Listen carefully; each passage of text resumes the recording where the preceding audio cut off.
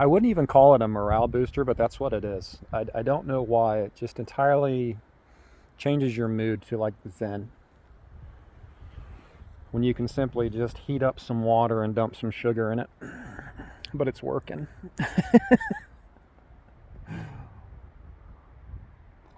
Mm. That got hot fast too. I'm really impressed by that. I was going to bring some alcohol stoves. I got a whole bunch of things that I wanted to try out.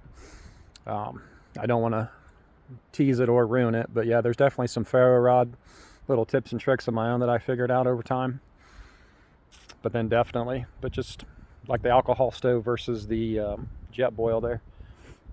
It's not a Jetboil, but whatever. The Jetboil stove, because I think when you put an MSR pot or pan on there and you turn that on to Nuketown, you better be stirring it or eating it, because it's definitely gonna scorch that, which just makes it a chore for cleanup and dishes.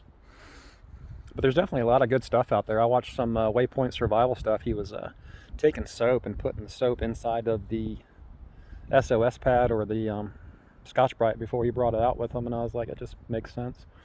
It's real easy to fall into that trap where you end up with a pack that quite literally, I mean, they say no more than like 10-15% of your body weight. I'm 235, 240 pounds, but I've been a roofer my entire life. My knees are shot. There's absolutely no way.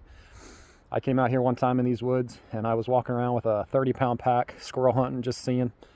I limped. I want to say I even bailed. I think I called my wife and had her pick me up. And like I said, I live less than a half mile away from here. But there was just no walking. My knees were done. But yeah, there's absolutely no way that this boy is going to be running anywhere. But at the same time, beyond trial and error, I guess that's how you figure it out. You can load 70, 80 pounds in a pack, and that's cool. I have some packs with 70 pounds of gear in them. But they are made quite literally to walk to my truck and put it in the back of my truck. And at the same time, if I have to lose it, then I lose it. But there's absolutely no way. My butt would be grabbing a rifle, 20 rounds of ammo, a canteen, and a couple fire starters, and a tarp. That tarp.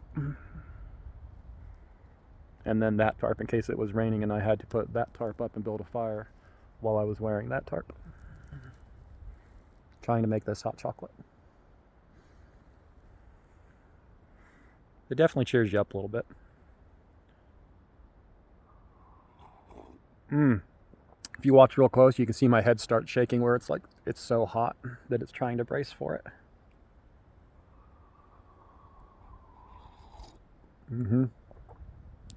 Oh, I'm like a diabetic. I even got 2 different kinds of hot chocolate. I got Swiss Miss and I got Nestle.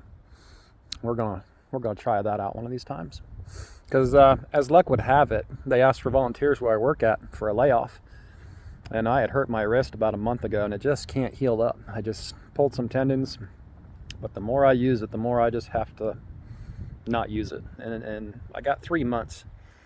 And for the next probably 10 days, they changed the weather forecast from 10 days of rain to, hey, it's Ohio. But yeah, we're definitely gonna try to hit a couple different spots. I let my wife know in the morning, that's a big thing, where I'm gonna be at, just in case I don't come home or if I'm not there before she gets back. Lucky her, I'm mildly anal retentive to the point where I will be shaking out my gear.